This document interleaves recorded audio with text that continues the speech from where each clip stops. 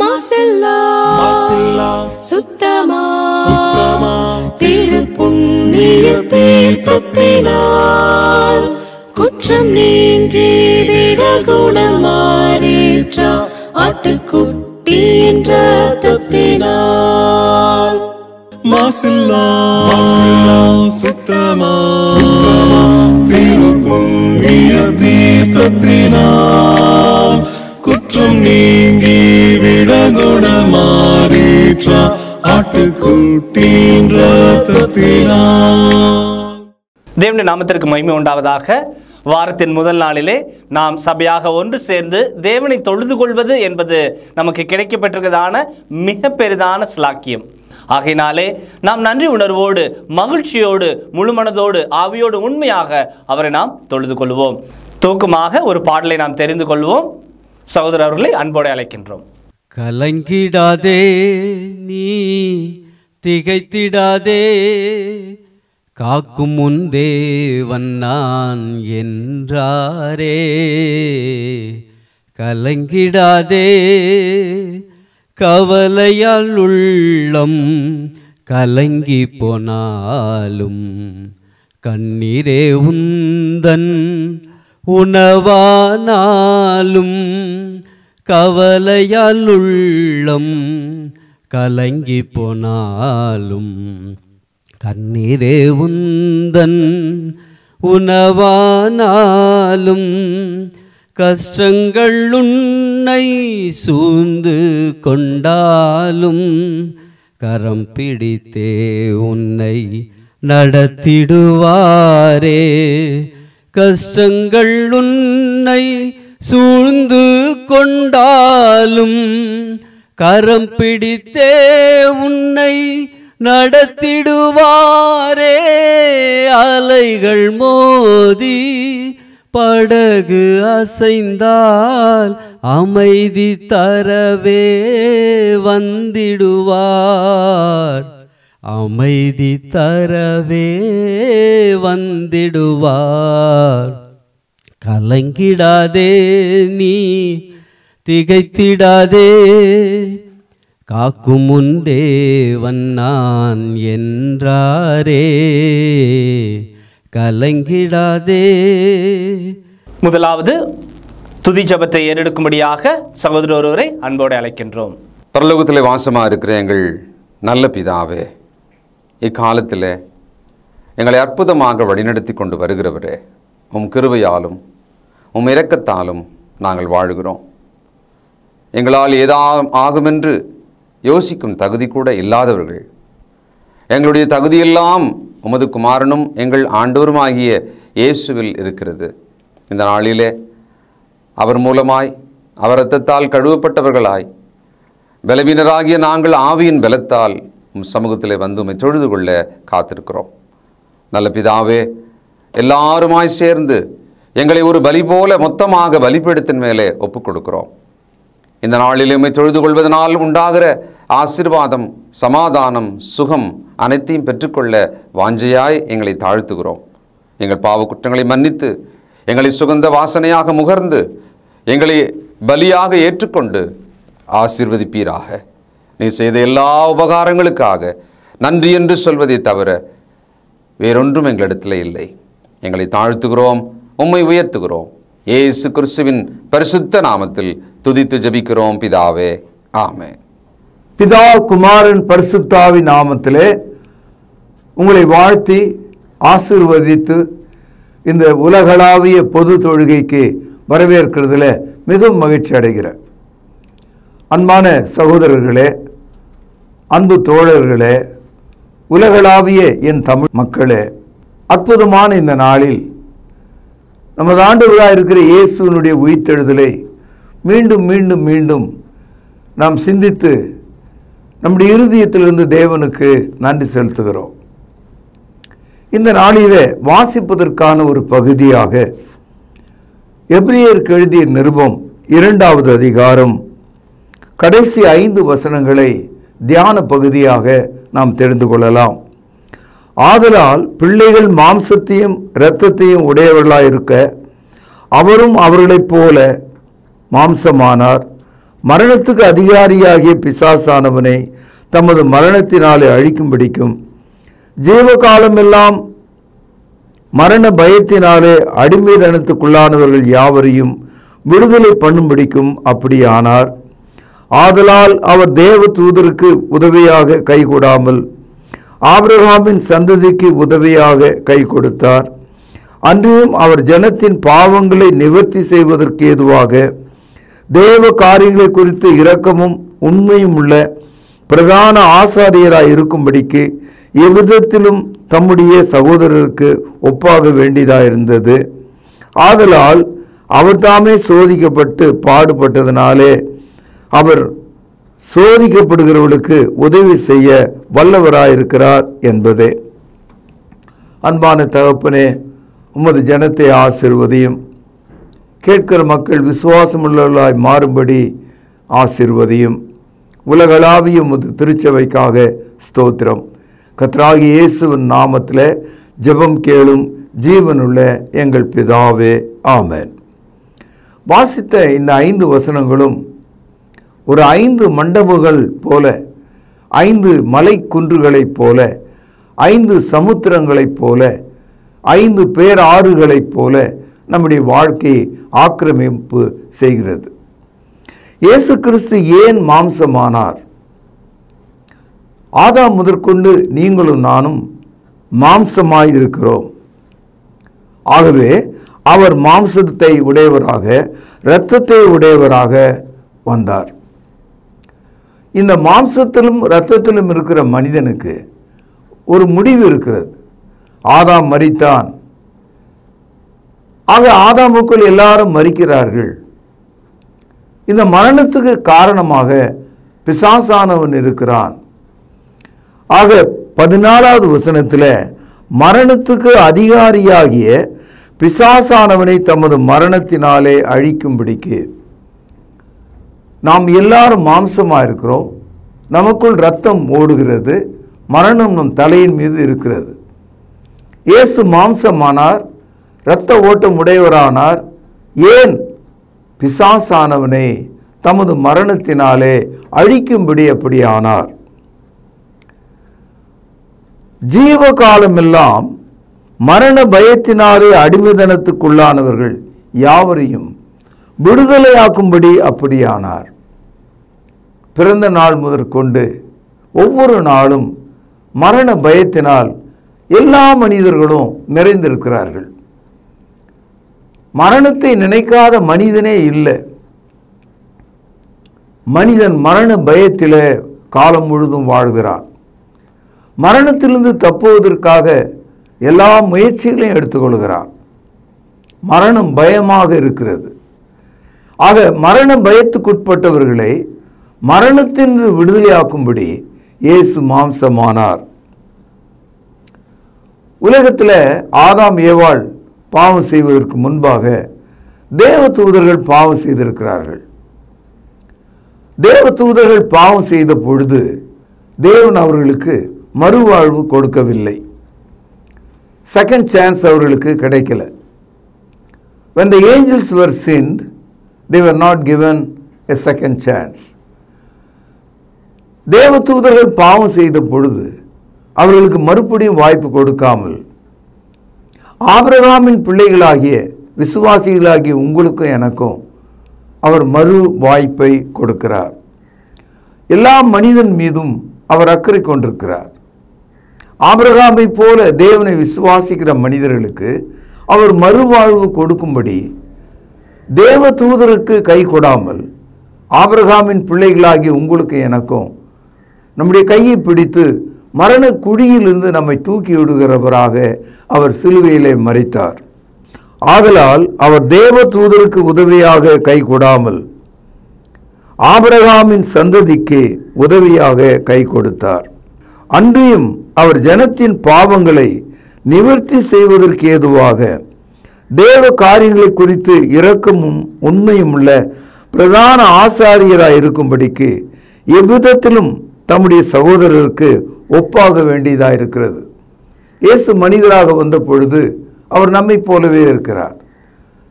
நம்மை போல சிந்தனை உள்ளவராக, ஆத்துமா உடையவராக, நம்மை போல எண்ணம் உடையவராக, மனிதனாக வந்தார். ஆகிலும் அவர் தேவ குமாரனாக, பாவமற்றவராக, நமக்கான வேலை செய்யக்கூடிய ஆசாரியராய் இருக்கும்படிக்கு, நமக்காக இறங்கும்படியான ஆசாரியராய் இருக்கும்படிக்கு, ஒரு மனிதன் இன்னொரு மனிதனுக்கு இறங்குவது போல நாம் அனைவருக்கும் இரக்கம் செய்கிற ஒருவராய் இருக்கும்படிக்கு, தேவ சமூகத்தில் அவர் நமக்கான ஒருவராய் இருக்கும்படி நம்மை போல அவர் ஒருவராக மாறினார். பிலிப்பியரில் நாம் படிக்கிறோம், கிறிஸ்து இயேசுவில் இருந்த சிந்தையே உங்களில் இருக்க கடவது. அவர் தேவனுடைய குமாரனாய் இருந்தும் அதை ஒரு கொள்ளையாடின பொருளாக எண்ணாமல் தம்மை தாமே வெறுத்து அடிமையின் ரூபம் எடுத்து மனுஷ சாயலானார். நமக்கு ஒப்பாக அவர் மாறினார், நம்மை போலவே மாறினார். பாவங்களை நிவர்த்தி செய்வதற்கான ஒருவராக மாறினார். நாம் செய்த எல்லா பாவங்களையும் பொன்னாலும் வெள்ளியினாலும் உலக பொருளாலும் மீட்டுக்கொள்ள முடியாது. ஆகவே தான் பேதுருவிலே நாம் படிக்கிறோம், பொன்னினாலும் அல்ல வெள்ளியினாலும் அல்ல, விலையேற பெற்ற இயேசுவின் இரத்தத்தினாலே நாம் மீட்கப்பட்டிருக்கிறோம். ஆகவே பாவ நிவர்த்தி செய்கிறவராக நம்மை போல அவர் வந்தார். கடைசியாக, ஆதலால் அவர் தாமே சோதிக்கப்பட்டு பாடுபட்டதினால அவர் சோதிக்கப்படுகிறவர்களுக்கு உதவி செய்ய வல்லவராயிருக்கிறார். இயேசு கிறிஸ்து நம்மை போல எல்லா வகையிலும் சோதிக்கப்பட்டார். கண்களின் இச்சை, மாம்சத்தின் இச்சை, ஜீவனத்தின் பெருமை, இவை எல்லாவற்றிலும் அவர் ஜெயம் கொண்டார். அவர் அதில் அடிமையாகவில்லை, அந்த அக்கிரமத்தில் அவர் விழவில்லை. எல்லா வகையிலும் அவர் சோதிக்கப்பட்டார். ஏன் அவர் விதமாய் சோதிக்கப்பட்டார்னா, நீங்களும் நானும் அவ்விதமான சோதனைக்கு உட்பட்டு இருக்கிறோம். ஆகவே சோதிக்கப்படுகிற உங்களுக்கும் எனக்கும் உதவி செய்ய அவர் வல்லவராய் இருக்கும் பொருட்டு அவர் மனிதனாக வந்தார். நாம் வாசித்த இந்த 5 வசனங்களும் இயேசு ஏன் மாம்சமானார், இயேசு தமது மரணத்தினால் எவ்விதமாய் சாத்தானை அழித்தார், அவர் ஆபிரகாமுக்கு ஏன் கை கொடுத்தார், அவர் ஏன் ஆபிரகாமின் பிள்ளைகளுக்கு கை கொடுத்தார், ஏன் அவர் தேவ தூதர்களுக்கு உதவி செய்யவில்லை, அவர் ஜனத்தின் அதிபதியாக நமது பாவங்களை மன்னிக்கும் நிவர்த்தி செய்கிற ஒருவராக வந்தார், நல்ல ஆசாரியராக வந்தார். அவர் சோதிக்கப்பட்டு பாடுபட்டதனாலே நம் ஒவ்வொருவருக்கும் உதவி செய்ய வல்லவராயிருக்கிறார். அன்பு சகோதரர்களே, கடந்த வாரம் உலகம் முழுவதும் இயேசு கிறிஸ்து மரித்தோர்ந்து எழுந்தார் என்று உலகம் கொண்டாடினாலும் அதற்குள் பொதிந்திருக்கிற தேவ ரகசியம், தேவனுடைய வார்த்தை என்ன, அவர் ஏன் மரித்தோர்ந்து எழுந்தார், அதற்கு ஒரு காரணம் உண்டு. ஆதாம் ஏவாளை பாவத்துக்கும் மரணத்துக்கும் உட்படுத்தின பிசாசானவனை அவருடைய மரணத்தினால் அழித்து அவர் மரித்தோர்ந்து எழுந்தார். மனிதர்களுடைய மரணம் சாத்தான் கையில் இருந்ததுனால மனிதர்களாகிய நீங்களும் நாளும் வாழ்நாள் முழுவதும் மரண பயத்திலே நடுங்கிக் கொண்டிருந்தோம். இயேசு கிறிஸ்துவினுடைய உயிர்த்தெழுதல் நம்முடைய மரண பயத்திலிருந்து நம்மை நீக்கவும், நம்முடைய பாவங்களுக்கான நிவர்த்தியாக அவருடைய இரத்தத்தினால் கழுவப்படவும், நமக்கு இரக்கமுள்ள ஆசாரியராக இருக்கவும் அவர் மரித்தோரிலிருந்து உயிரோடே எழுந்தார். வெளிப்படுத்தல் 1வது அதிகாரம் 18வது வசனம், மரித்தேன், ஆனாலும் இதோ சதா காலங்களிலும் உயிரோடு இருக்கிறேன், ஆமேன். நான் மரணத்துக்கும் பாதாளத்துக்கும் உரிய திறவுகோல்களை உடையவராயிருக்கிறேன். இது ஒரு முக்கியமான ஒரு வசனம். இயேசு கிறிஸ்துவினுடைய உயிர்த்தெழுதல் மரணத்துக்கும் பாதாளத்துக்கும் உரிய திறவுகோலை உடையவராக அவர் இருக்கிறாராம். ஆதாம் முதல் கொண்டு உலகத்தில் உள்ள எல்லா மனிதர்களும் பாவம் செய்து மரித்தார்கள். ரோமர் 3ஆம் அதிகாரம் 23வது வசனத்தில் படிக்கிறோம், எல்லாரும் பாவம் செய்து தேவ சாயலை இழந்து விட்டார்கள். ரோமர் 6ஆம் அதிகாரம் 23வது வசனத்தில் படிக்கிறோம், பாவத்தின் சம்பளம் மரணம். ஆக எல்லாருக்கான பாவத்திலிருந்து விடுதலை செய்யும் ஒருவராக இயேசு வர வேண்டியது அவசியமாயிருந்தது. பாவம் செய்த அனைத்து மக்களும் மரணத்துக்குட்பட்டிருக்கிறாங்க. மரணத்துக்குட்பட்ட அத்தனை மக்களையும் பாதாளத்தில் அடைத்து சாவியாகிய அதிகாரத்தை சாத்தான் தன் கரத்தில் வைத்திருக்கிறான். இயேசு கிறிஸ்துவினுடைய உயிர்த்தெழுதல் சாத்தானுடைய அதிகாரத்தை தன் கையில் கொண்டதையும் அந்த சாவி அவருடைய கையில் இருக்கிறதாகவும், இனி பாதாளத்துக்குள் நீங்கள் செல்ல வேண்டாம், நான் உங்களை விடுதலை செய்கிறேன் என்று அர்த்தம் கொடுக்கக்கூடியதாகவும் இருக்கிறது. Now Christ has the key to free you and release you from the Hades. பாதாளத்திலிருந்து உங்களை விடுதலை செய்யும் அதிகாரம் கிறிஸ்துவிடத்தில் இப்பொழுது இருக்கிறது. அதனால தான் சொல்றாரு, மரித்தேன் ஆனாலும் நான் சதா காலமும் உயிரோடு இருக்கிறேன்.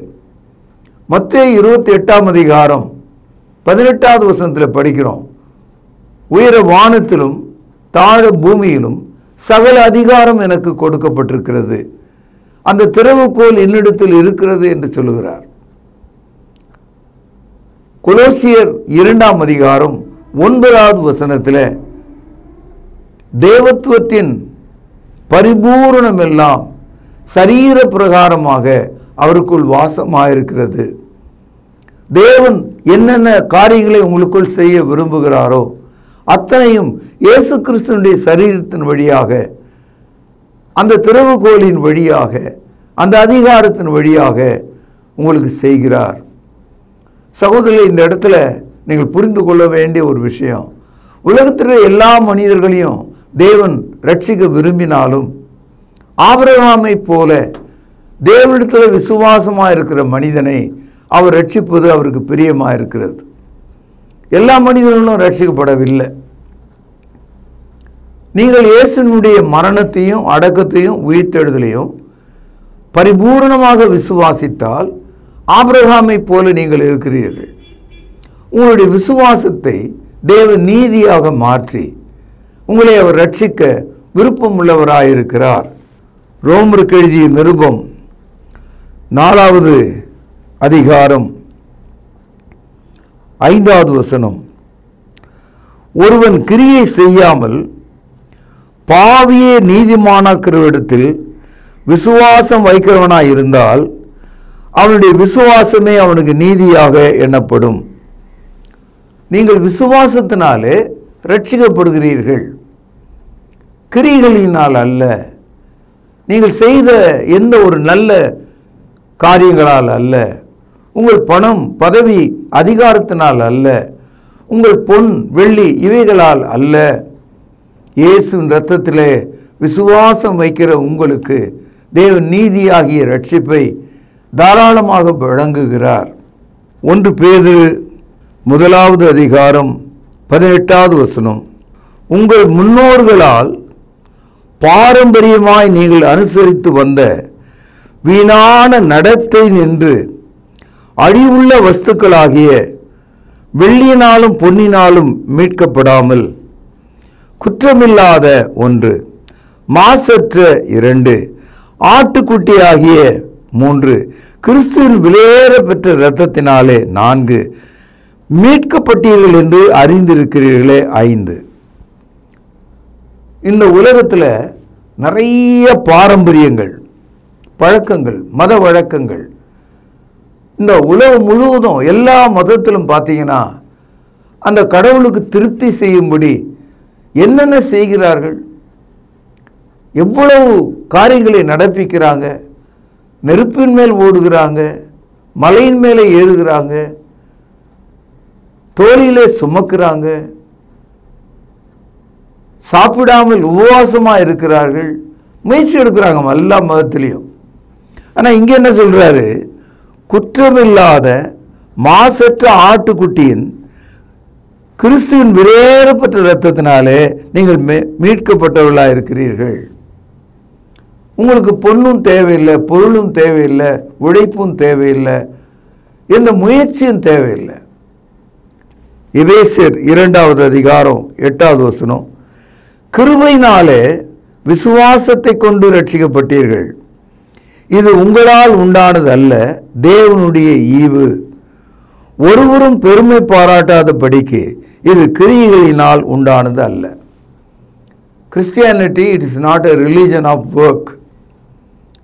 ஒரு மனிதனுடைய கிரியினால, முயற்சினால, உழைப்பினால, பாடுகளினால, பிரயாசத்தினால, பொன் வெள்ளி போன்ற பொருட்களால அவன் ரட்சிக்கப்படவில்லை.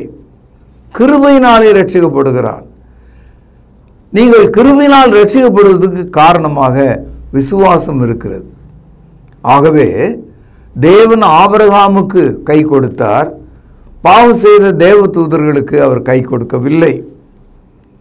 நீங்களும் நானும் மாம்சமாகவும் இரத்தமாகவும் வாழ்நாளெல்லாம் மரண பயத்தோடும் இருக்கிறோம். நம்மை விடுதலையாக்கும்படிக்கு அவர் மாம்சமானார். சாத்தானுடைய அதிகாரத்தை பறித்து கொள்ளும்படி தமது மரணத்தினால் அவனை அழித்து பாதாளத்துக்கும் மரணத்துக்கும் உரிய திறவுகோலை அவர் எடுத்துக்கொண்டு உங்களுக்கு விடுதலை தருகிறார். இதுதான் போஸ்ட் ரிசரக்டட் மெசேஜ்.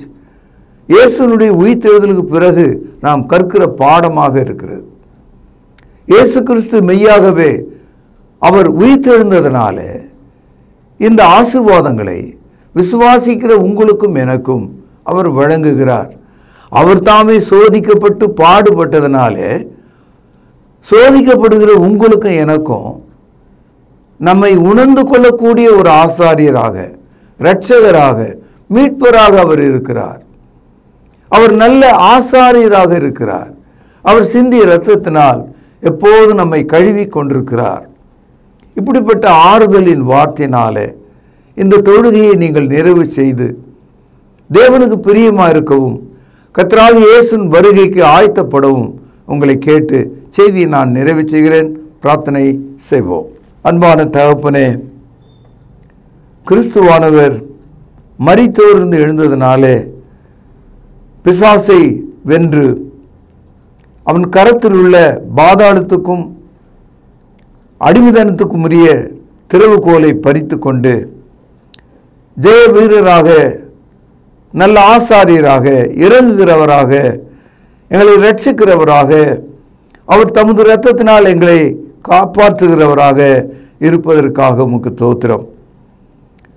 ஆண்டவரே, இந்த விந்தையை, இந்த அற்புதத்தை உணர்ந்து வாழ ரட்சிக்கப்பட்ட மக்களாக நாங்கள் இருக்க இந்த வாரத்தை எங்களுக்கு ஆசீர்வதியும், எங்கள் குடும்பங்களை ஆசீர்வதியும்.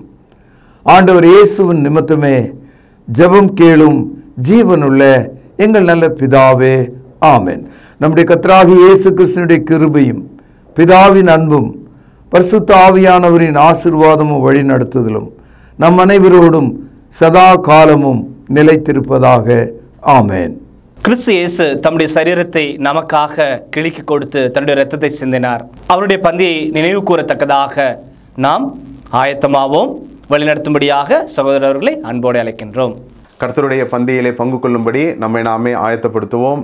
ஆண்டவராகிய இயேசு கிறிஸ்து காட்டி கொடுக்கப்பட்ட அன்று ராத்திரியிலே அப்பத்தை எடுத்து ஆசீர்வதித்து, இதை பிட்டு நீங்கள் வாங்கி புசியுங்கள், இது உங்களுக்காக பிற்கப்படுகிற என்னுடைய சரீரமாய் இருக்கிறது என்று சொல்லியிருக்கிறார். அப்பத்திற்காக நாம் ஜெபித்து இதில் பங்கு கொள்வோம். பரிசுத்தமும் இரக்கமும் தயவும் கிருபையும் நிறைந்த நல்ல ஆண்டவரே, உம்முடைய குமாரனாகிய இயேசு கிறிஸ்து சிலுவையிலே எங்களுடைய பாவங்களுக்காக தன்னுடைய இன்னுயிரை கொடுக்கும் பொழுது அவருடைய சரீரம் கிழிக்கப்பட்டது. அதற்கு ஒப்பாக இங்கு புளிப்பில்லாத அப்பம் இது வைக்கப்பட்டு இருக்கிறது. அப்பா, நீர் இந்த அப்பத்தை எங்களுக்கென்று ஆசீர்வதித்து தரும்படி விலையேற பெற்ற இயேசு கிறிஸ்துவனுடைய நல்ல நாமத்தினாலே இந்த ஜெபத்தை ஏறெடுக்கிறோம் அன்பின் பிதாவே, ஆமேன். அவர் அந்தபடியே பாத்திரத்தையும் எடுத்து, இந்த பாத்திரம் என் இரத்தத்தினால் ஆகிய புதிய உடன்படிக்கையாய் இருக்கிறது, என்னை நினைவு கூறும்படி இதை செய்யுங்கள் என்று சொல்லியிருக்கிறார். நாமும் கூட அவ்வண்ணமாகவே இதில் செய்யும்படியாக நாம் ஒன்று சேருவோம். தேவன் இந்த ரசத்தை ஆசீர்வதித்து தரும்படி நாம் ஜெபிப்போம். வானத்தையும் பூமியும் உண்டாக்கின சர்வ வல்லமையுள்ள எங்கள் நல்ல பிதாவே, என்னை நினைவு கூறும்படி இதை செய்யுங்கள் என்று சொல்லியிருக்கிறபடியே நாங்கள் செய்யும்படி வந்து நிற்கிறோம். இந்த ரசத்தை நீர் ஆசீர்வதித்து தாரும். குற்றமில்லாத மாசற்ற இதோ தகப்பனே, அந்த ரத்தம் எங்களுடைய பாவங்களுக்காக சிந்தப்பட்டது என்பதை நாங்கள் நினைத்து இதில் பங்கு கொள்ளும்படி, பயபக்தியோடு பங்கு கொள்ளும்படி எங்களை உற்சாகப்படுத்தும். எங்களை தாழ்த்துகிறோம். இந்த ரசத்தை நீர் ஆசீர்வதித்து தாரும். இயேசுவின் நல்ல நாமத்தில் இந்த ஜெபத்தை எடுக்கிறோம் அன்பின் பிதாவே, ஆமேன். பலிபீடத்தில் என்னை பரனே படைக்கிறேனே இந்த வேளை, அடியேனை திருசித்தம் போல ஆண்டு நடத்திடுமே, அடியேனை திருசித்தம் போல ஆண்டு நடத்திடுமே. கல்வாரியின் அன்பினையே கண்டு விரைந்தோடி வந்தேன், கழுவும் திரு ரத்தத்தாலே கரை நீங்க இருதயத்தை, கழுவும் திரு ரத்தத்தாலே கரை நீங்க இருதயத்தை, ஆவியோடாத்மா சரீரம் அன்பரே உமக்கென்றும் தந்தேன், ஆலயமாக்கியே இப்போ ஆசீர்வதி தருளும். கல்வாரியின் அன்பினையே கண்டு விரைந்தோடி வந்தேன், கழுவும் திரு ரத்தத்தாலே கரை நீங்க இருதயத்தை, கழுவும் திரு ரத்தத்தாலே கரை நீங்க இருதயத்தை, சுயம் என்னில் சாம்பலாய் மாற சுத்தாவியே அனல் மூட்டும், ஜெயம் பெற்று மாமிசம் சாக தேவாருள் செய்குவீர். கல்வாரியின் அன்பினையே கண்டு விரைந்தோடி வந்தேன், கழுவும் திரு ரத்தத்தாலே கரை நீங்க இருதயத்தை, கழுவும் திரு ரத்தத்தாலே கரை நீங்க இருதயத்தை. இறுதியாக நாம் ஜெபித்து இந்த தொழுகையை நிறைவு செய்வோம். ஜெபிப்போம். கிருபையும் அன்பும் இரக்கமும் நிறைந்த பரம்பிதாவே, உம்மை தொழுது கொள்வது எவ்வளவு பெரிதான ஸ்லாக்கியம். அந்த ஸ்லாக்கியத்தை நீர் இந்த நாளில் எங்களுக்கு தந்தீரே, அதற்காக நன்றி தகப்பனே. நாங்கள் ஜெபித்த ஜெபங்களை நீர் அங்கீகரிக்க வேண்டுமாய் ஜெபிக்கிறோம். கிருபையின் பிதாவே, நாங்கள் கேட்ட வார்த்தைகளுக்காக நன்றி. அவைகள் எங்களுடைய இருதயத்தில் வைத்து அதன்படி எங்களுடைய வாழ்க்கை மறுரூபமாக நீர் தயவு செய்தல் வேண்டுமாய் ஜெபிக்கிறோம். பிதாவே, நீர் எங்களுக்கு இந்த வாரத்தில் ஆசீர்வாதமாக கொடுத்த வருமானத்திலிருந்து உமக்கென்று கொடுக்க நீர் எங்களுக்கு பாராட்டின தயவுக்காக நன்றி. இப்படியாக நாங்கள் கிறிஸ்துவனுடைய மரணத்தை நினைவு கூற நீர் தயவு பாராட்டினீர். எங்களுக்காக கிறிஸ்து தன்னுடைய சரீரத்தை கிழித்து இரத்தத்தை சிந்தினார். அதை நாங்கள் புசிக்கவும் பானம் பண்ணவும் நீர் தயவு பாராட்டினீர். இப்படியாக தாப்பனே, நாங்கள் ஏறெடுத்த இந்த தொழுகையை நீர் தாமே அங்கீகரிக்க வேண்டுமாகவும் ஆசீர்வதிக்க வேண்டுமாக ஜெபிக்கிறோம். தாப்பனே, சுவீனமாக இருப்பவர்களுக்கு உம்முடைய சுகத்தையும் ஆரோக்கியத்தையும் கட்டளை விடமாக ஜெபிக்கிறோம். காத்துக்கொள்ளும் வழி நடத்தியறலும் இயேசு கிறிஸ்து மூலம் அனுப்பிய நல்ல பரம்பிதாவே, ஆமென். அன்பானவர்களே, புதிய ஏற்பாட்டு தொழுகைக்கு திரும்புங்கள். இடம் YMCA வளாகம், ஹைகோர்ட் எதிரில், பிரதி ஞாயிறு காலை 11 மணி அளவில் அன்புடன் அழைக்கிறோம். Come and worship with us every Sunday at 11 AM, YMCA Hall, opposite High Court, Parish Corner. கர்த்தாவே, தேவர்களில் உமக்கு பானவர் யார்? வானத்திலும் பூமியிலும் உமக்கு பானவர் யார்? உமக்கு பானவர் யார்? உமக்கு பானவர் யார்? வானத்திலும் பூமியிலும் உமக்கு பானவர் யார்?